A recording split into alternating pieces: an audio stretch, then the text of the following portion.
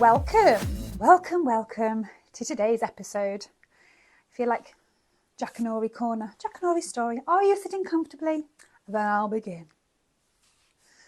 So today, I would like to talk to you about something that I have kept buried and hidden for a great many years. If you know me well, then you will kind of know anyway, and you'll kind of, if you know me a little bit, you may have seen over the last few years little bits of sharing and little bits. But now, my friends, is the time for a big share.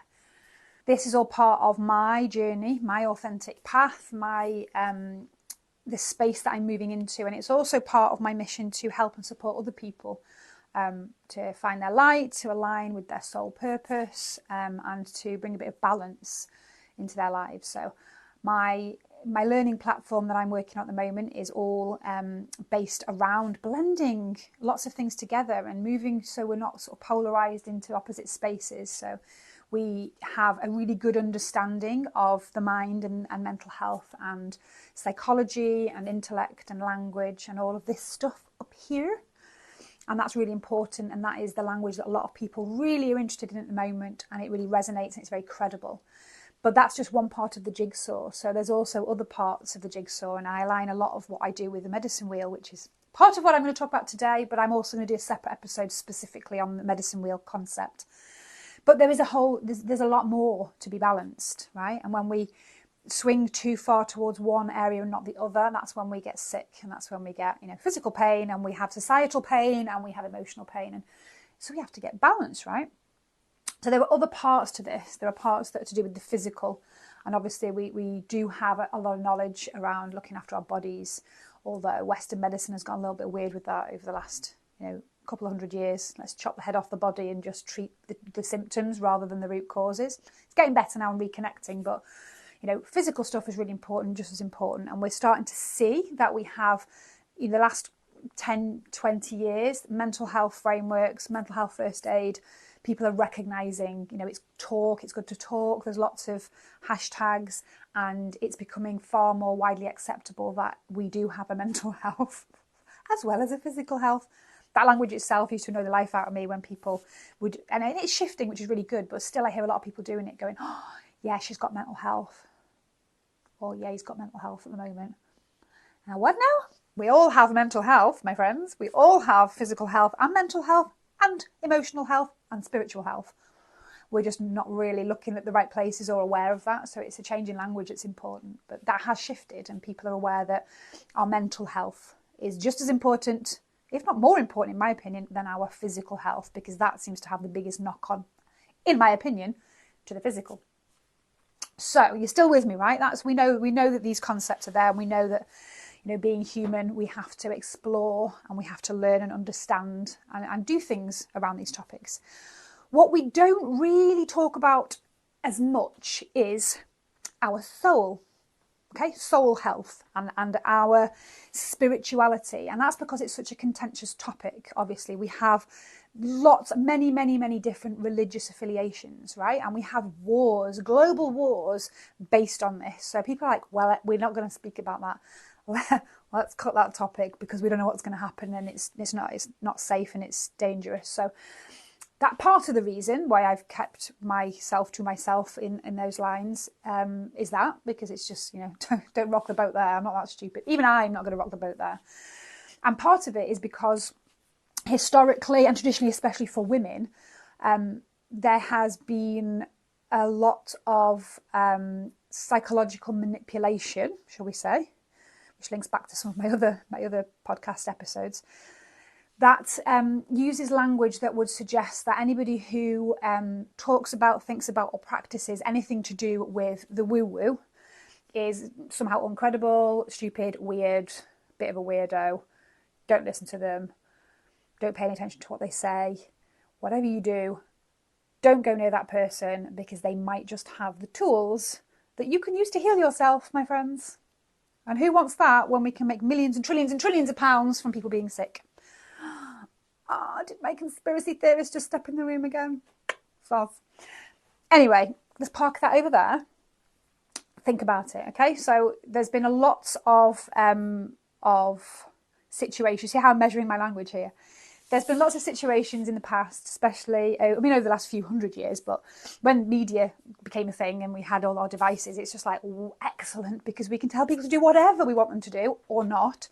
And there's good and bad in that. So from my perspective, a lot of the more spiritual stuff is really be coming to light over the last few years because it's been trendy and it's, you know, there's hashtags everywhere. I went to the range the other day and there was tarot card decks and crystals and stuff. And I'm like, oh my gosh.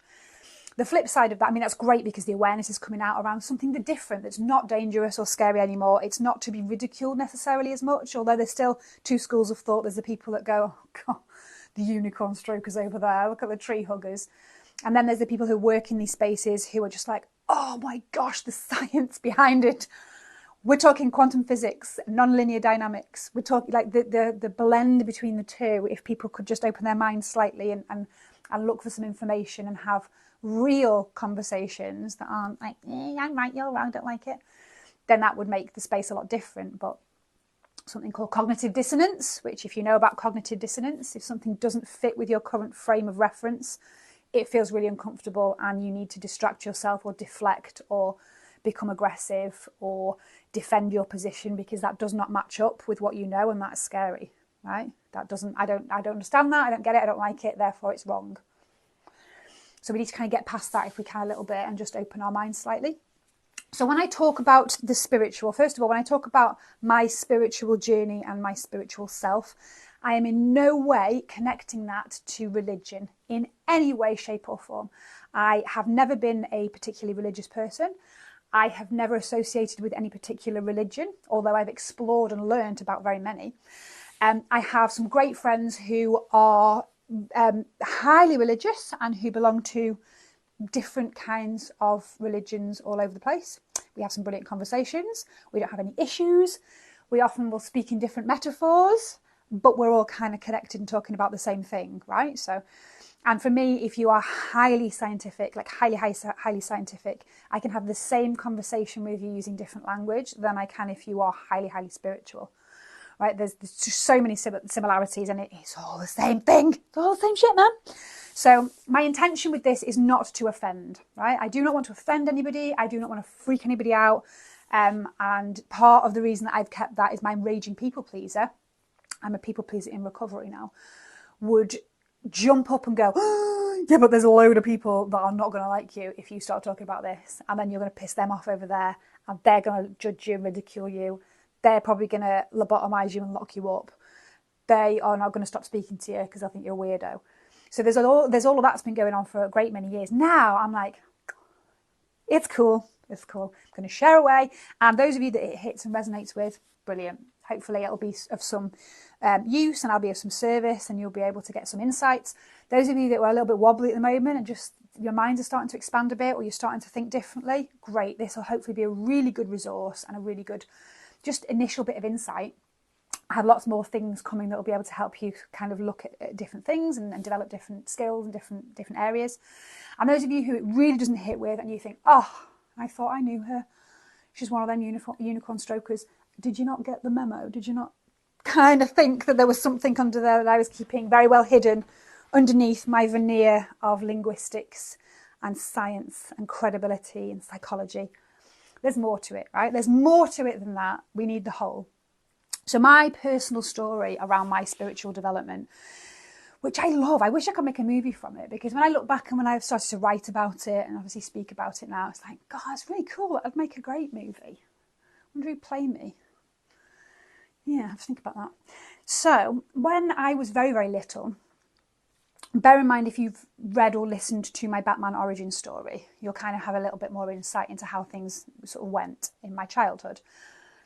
I would have like really small toddler, and my mum will kind of recall this, but doesn't really know what to do with that information. She's way more open nowadays, way more open. I'm really interested in discussing these topics, actually. My dad, not so much. Sometimes we'll be able to have the odd conversation that he might just think, oh, maybe, but not so much. So I used to have really bizarre dreams, lots of really bizarre dreams, and I would use language that I shouldn't know.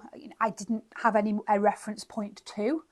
That was the first kind of thing that, I was already kind of expanding into something more than or bigger than. Things like that when I was very, very little. thing, you know, seeing and feeling things that were just a bit bizarre within that family unit of, no, nothing to see here, everything's perfectly normal and fine. And I learned really quickly, as part of my skills that I learned, that, oh, okay, all right, that's not good, that's not what we do. Ooh, okay, what do we... It's happening though, it's here. There's some things that I need, some questions that need answering here. I'm experiencing some things, I'm feeling some things. But I recognised very quickly, and I adapted so fast within my family unit, what things were acceptable and what things weren't, and what I could talk about and what I couldn't. So I kind of was like, right, let's just keep that one to yourself. And I know as I grew up, my whole childhood was, you know, along those lines. And I'll go into some detail around how that works, because some of you who are already, and there's so many of you out there, me too. And I have lots of people locally to me who you would never, you know, conforming in the surface is just like exactly what the opposite to what you would think. And then when I have conversations like, come and look at all this stuff I've got over here, and I've got all this knowledge, and this is my experience, and this is what I believe, and this is what I practice. Like, no shit, who would have known it? Same over here.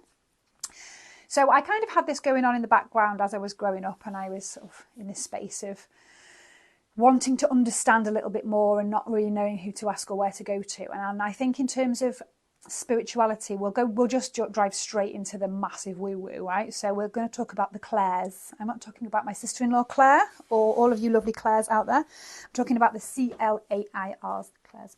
So you will have heard of clairvoyance, obviously, because clairvoyance, you know, the really weird, spooky, creepy people that you go to have your fortune told, or at least that's what the media would project to you.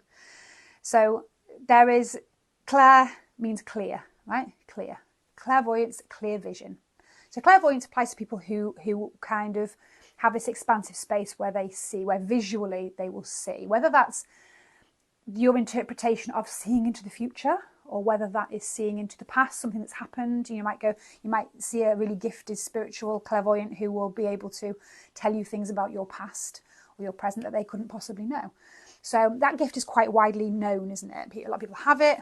A lot more people have it than realise. They just don't really know what it is or what to do with it.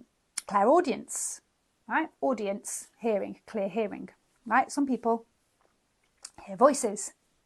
Some people hear voices and they get slapped with a personality disorder and medicated or sectioned or lobotomised.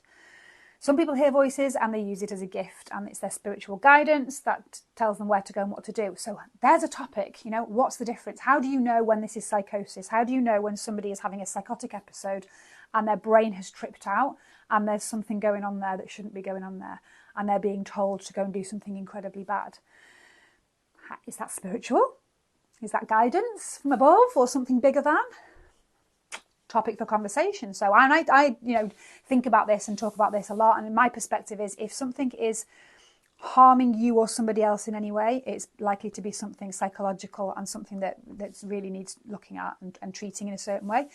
If you sit outside the realms of normality, you're looking at a normality that somebody decided is normal. So, you know, the personality disorders, the definition, bear in mind I'm an instructor, I teach first aid for mental health, so this isn't me just making it up, this is, I teach this shit. There's a bandwidth of normal, and if you fit outside of that and you're eccentric, or there's something wrong with you, well, personality disorder, meds, really bothers me. So many young people especially just are not supported in their spiritual gifts and end up in this awful life of feeling like there's something wrong with them, and they've got, their label, their mental health label becomes their life then. Whereas in other tribes and other communities all over the world, if somebody has these sort of psychotic breakdowns and these episodes that feel a bit abnormal, they are supported through their spiritual awakening and their spiritual journey, so that the psychotic break and the side that's damaging and detrimental is really supported, but the spiritual side isn't dampened down.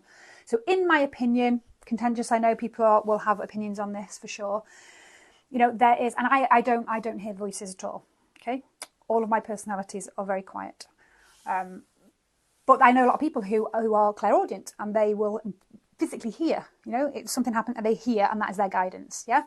So I think, who am I to say that's wrong or that's not happening? Who am I to judge that in any way? If that's what's happening to somebody, if that's their experience, it's my opinion that is their spiritual guidance. That is their higher consciousness, their bigger self guidance from wherever your discipline would tell you that's coming from.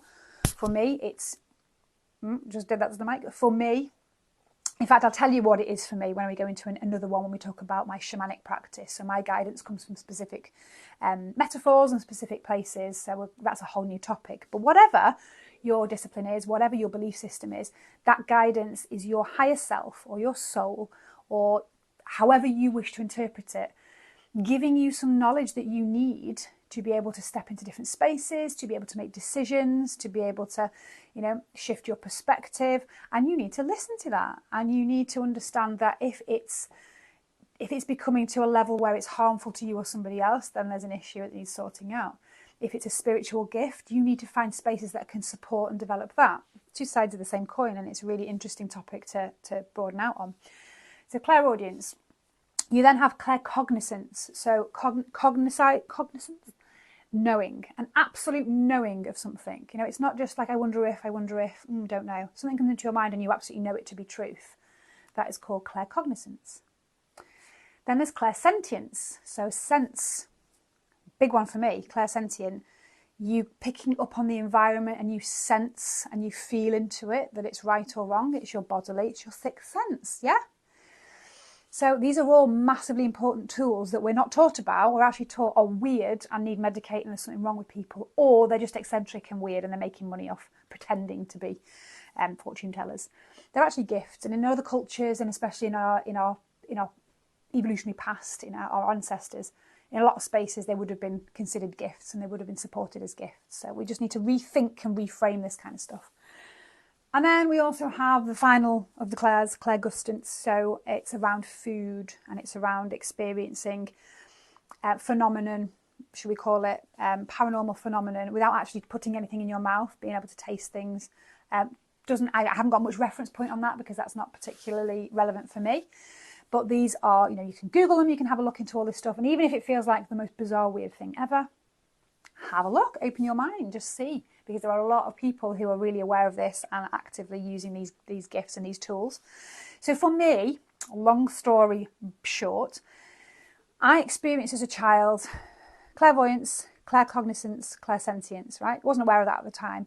But as I've mentioned before in another podcast, downloads, brain dumps, visual stuff, clairvoyance, clear vision, right? It's not spooky, it's not creepy, I'm not telling you future, I don't know what your future is, I don't know what your past is, I couldn't tell you what's in your bedroom. That's not the kind of clairvoyance that happens with me.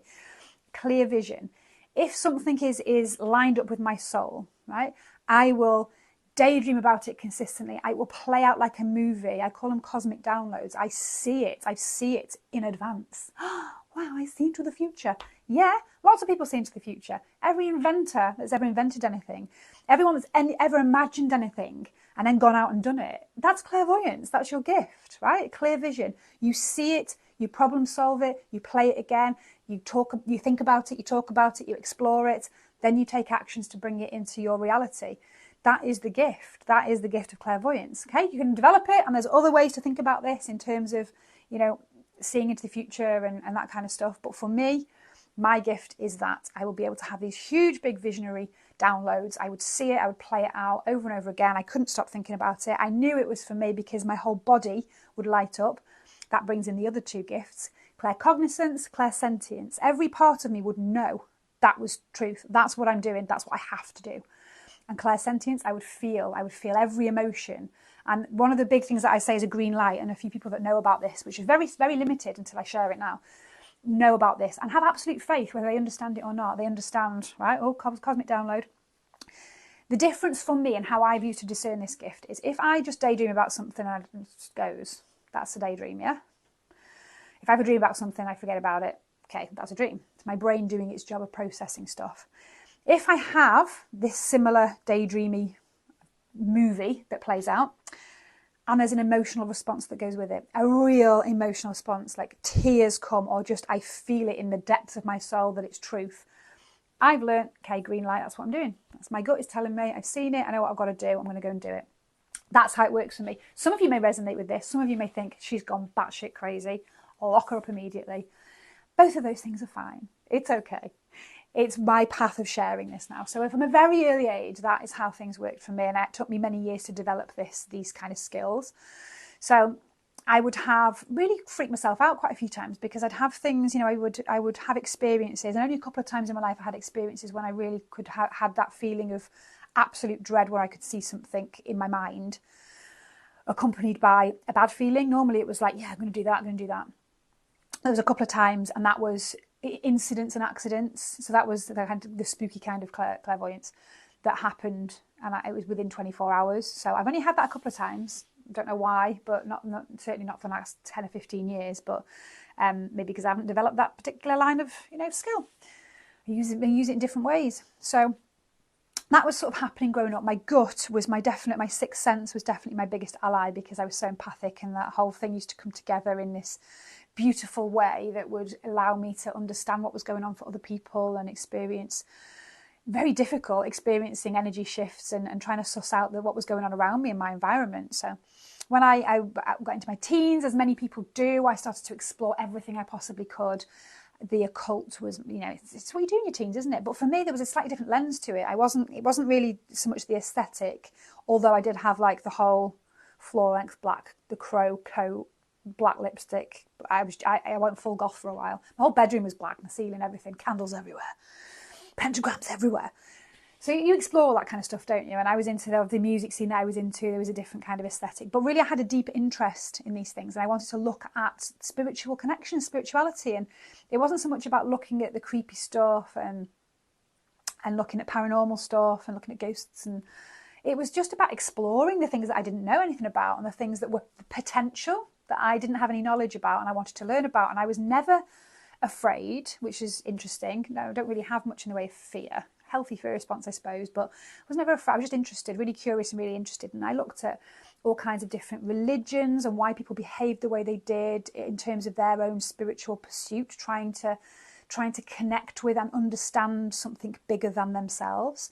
I was looking at duality and unity, and I was looking at all kinds of things that led me. You know, as soon as I started one topic, I would find something else that would light me up. And I just found it really interesting, because I understood straight away the difference between what I call, you know, the macro and the micro, the big and the small. My tiny little self, like so irrelevant in the grand scheme of things, this little meat suit that I wander around in. But consciousness, you know, as from a very early age, it was an interest for me. There was something more, there was something bigger, there was something out there. I couldn't resonate with a particular entity, a particular visual. You know, the whole sky daddy sitting on a cloud for me wasn't, I couldn't do it. It just didn't hit. But I understood that a lot of people really did, and that was great. I didn't have any judgment against it. Just for me, I couldn't do it. Couldn't go into that space. So I was exploring all kinds of different things and all kinds of different practices. And what really hit from early teens onwards, apart from music, sound medicine, vibrations, I knew that music was medicine. I knew that there was something to do with that, the emotional responses, the way it could change the way you feel and think and behave. So I knew that tool did something to the bigger me, right? My bigger consciousness, the bigger version. I also understood that there wasn't for me, it's hard to articulate, but it's still very relevant now. And I'm speaking to a lot of people that have the same kind of thing. It's trying to get it across properly.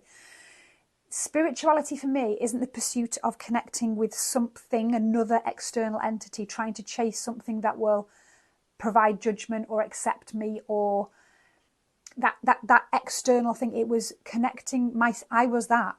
Does that make sense? It was me. It was all me. It was a higher part or a bigger part or something. But it was all me, consciousness. And I could resonate and recognise that I was connected to everybody else and everything else as well, which was really interesting when you're growing up as a kid to have those concepts and to kind of feel it. Didn't really have a lot of awareness around it, but I was exploring. And then when I kind of went through to my late teens and I started to settle down, I was still trying to get through this. What do I do? Who am I? What am I? What's the meaning of life? What am I going to do with my job, and how am I going to make everybody happy and do what's right and still be creative and express my soul and explore my spirituality and not piss anyone off and be accepted and be loved and not be judged, all that crap that was going on. Then I obviously became a mother. I was 20, so I was relatively young. I was like, okay, I need to do this, I need to do it well. That was when I discovered energy work, right? So I started to look into disciplines like Reiki. And I did my training, my levels 1 and my levels 2, and it opened up a whole new sphere for me then, because not only did I understand sort of the science behind it, it connected with what I'd always felt, that side of me when I was a kid that could feel things. I knew, okay, thank you, there's an explanation. This electromagnetic energy field that I can connect to science. That explains this, and that also explains what I've heard about over in this space here when they talk about aura and chakras and the things that we don't talk about in our family because it's a bit weird and woo-woo, but actually resonates, and I like it and I want to explore it more.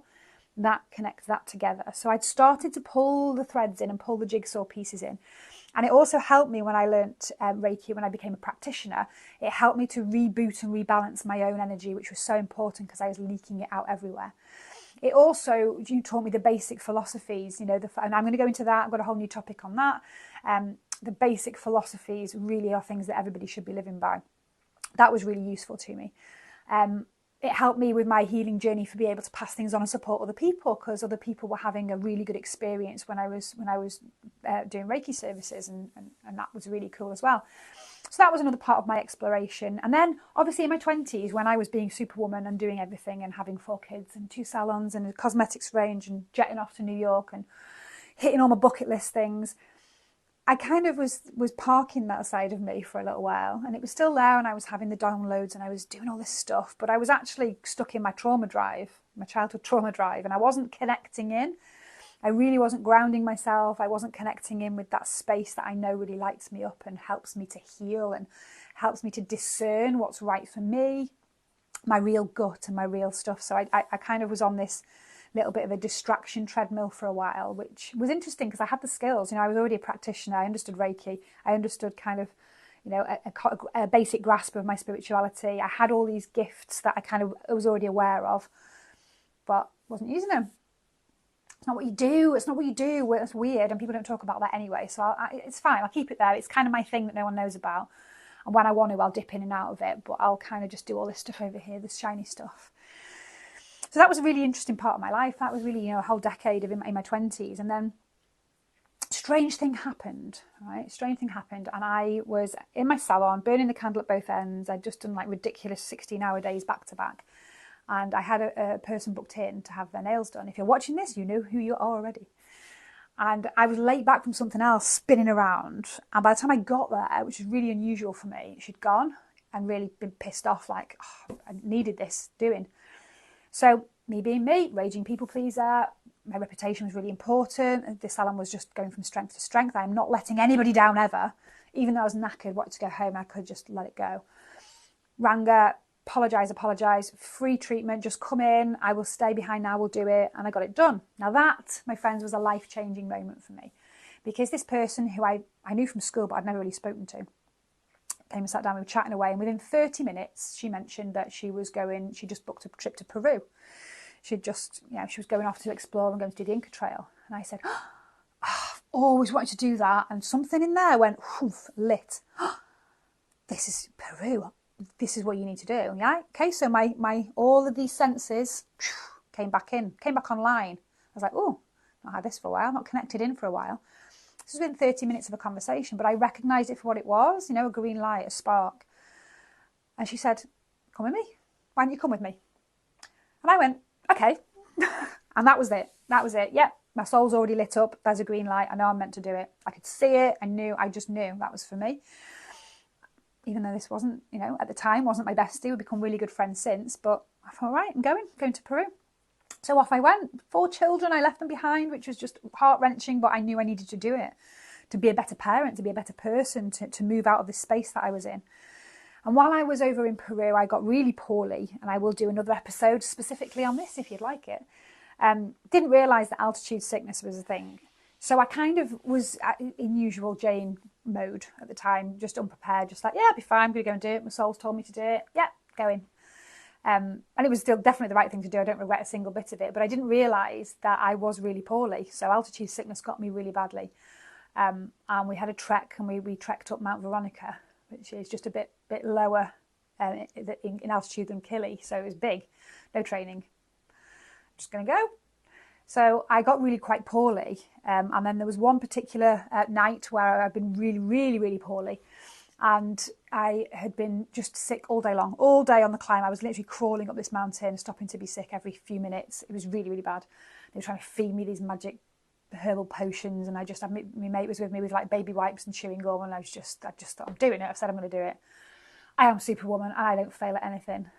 So I wouldn't even get on the donkey. No, don't want to get on the donkey, I'll do it. So up I went, and then we came down slowly, hit the top, and we had our ceremony with coca leaves where we celebrated Pachamama, Mother Earth, Mother Mountain, and we buried our coca leaves, and it was a really, really profound spiritual experience. And I already was a spiritual person, so I recognised it for what it was, and I made sure it was a really soulful, connecting experience, even though I was really ill. Pictures of me on Facebook, you can go on the album. Oh my God, I look green. I was really ill. But that at the summit, we had this ceremony, really important to me. And now, looking back, it was mega important. And then we came down the other side and we camped slightly lower down.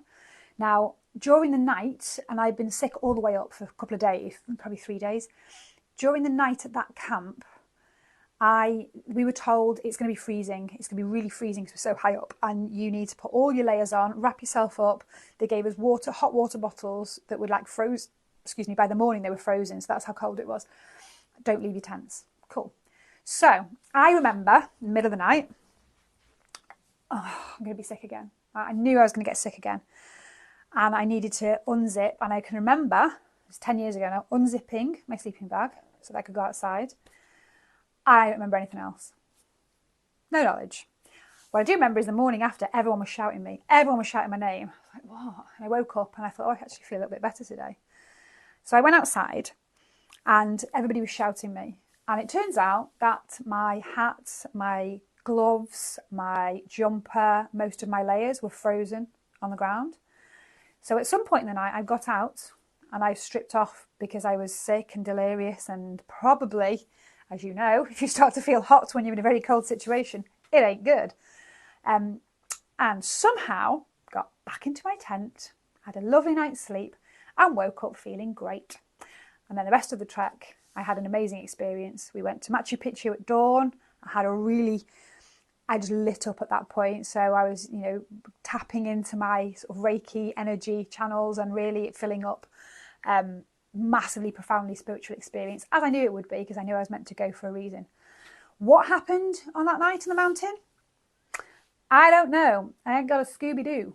But it was something massively spiritual. That I know for sure. Something happened and I came back down the mountain, and I came back to Wales with a completely new outlook. And I knew that all of the distraction stuff, all the stuff that I'd done, all my childhood stuff, all of the stuff in the 20s where I'd ignored and gone offline with my spirituality, that was the end of that chapter. And I knew I was going to do something really different when I came back. And when I came back, this was in 2013, 2012, 2013, I knew that I was going to start to flip the switch on the industry. And I knew I was going to do my own show, and I was going to start to, all the things that I spoke about in my other podcast, I came back online, right? My spiritual gifts came back, and I was starting to have these downloads again. And I could see the very first Alt Fashion Fest we did. I saw the whole thing in my mind's eye, played it through, scripted it out. I knew what songs were going. I knew when, down to the nearest minute, when the fire breather would breathe, what point of the song would be the first breath of fire, every single thing. And that's what happened. That's what I made happen. So it took me a little while to sort that out. So it was probably 18 months later. 2 years later, that happened. And then set up my social enterprise. So Art and Soul Tribe was born, met some incredible people. We now have amazing directors that I'm going to bring in as guests. And we've done some brilliant work lining up with my soul. So that has been kind of my own spiritual development. Now, it continues. So we have more to this story. That was the pinnacle turning point for me, was, in Peru. And then I came back and I set up the organisation. And during that process, I met the lovely Lindy, one of our directors, who you'll meet. And Lindy introduced me to somebody. One day, I only met the person for half an hour. That was it. And she took one look at me and said, shaman. It's like, no idea what you're talking about there, love. Don't know what you mean. I knew I was highly spiritual and there was something, but I would never, I never had a label for it. That was it, just this throwaway comment. But it stuck in my mind, and it was like a little seed there. Thinking, okay. So I couldn't get it out of my mind, and I started to explore, right? And when I started to explore this particular topic, that is when everything just shunted and shifted and lined up completely. Now, when I say that, it wasn't a 10-second and my world changed. It shunted and shifted, and again, my tracks shifted slightly to where I am now and where I'm supposed to be. And everything that I'd ever experienced made so much sense, because that was my path. That was my learning and development. That was the perfect point in my life to be doing, this new learning. It's like, I always say, it's like unlocking levels, right?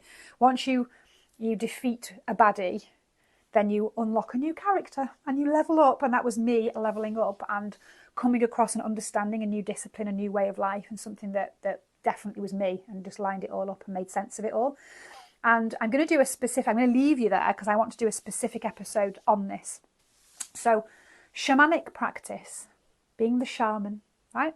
I always thought of a shaman as like the traditional skull on a stick, bone through the nose, licking a toad, and doing weird medicine stuff in strange places, which sounds cool to me anyway, right? But that was what that is, and it's not something that I could connect with films. Didn't connect it with actual real life, or 90s dance act, drum and bassy dance act. That was the shaman. That was all I knew. Didn't know anything else until I started to research and dig, and that is when things changed completely and my life flipped again. So I'm going to do a new episode on that, about my practice that has been a lifetime's worth of experience and another lifetime to come. And the fact that usually with a kind of initiation, and there's loads of things to talk about with this, but there's usually a kind of 10-year period at least where someone would learn their craft, and they would learn and develop and do all their shadow work and do all kinds of things before they have their rites, their initiation rites. And then they would have a pilgrimage to somewhere like Peru, a spiritual energy centre, where they would do a ritual to seal that, and that would be the process. Now, in true Jane fashion, I do it arse about face. Started the journey in Peru at the end, did the ceremony, buried the coca leaves, had my massively spiritual experience, and then embarked on 10 years worth of learning, right? To bring you to the point that I'm at now, 10 years later, when I have all my rites, my initiation rites, and I'm ready to pass that on now and bring it forward into my community, because that is the path of the shaman. That is shamanic practice, and that is what I'm here to do, guys. So hope you've enjoyed this very long-winded but very interesting spiritual episode. And the next one, the kind of part 2, is going to be teaching you all a little bit more about the shaman and shamanic practice, and we'll look at things like the medicine wheel and how this has been brought into my life and what I'm really here to do.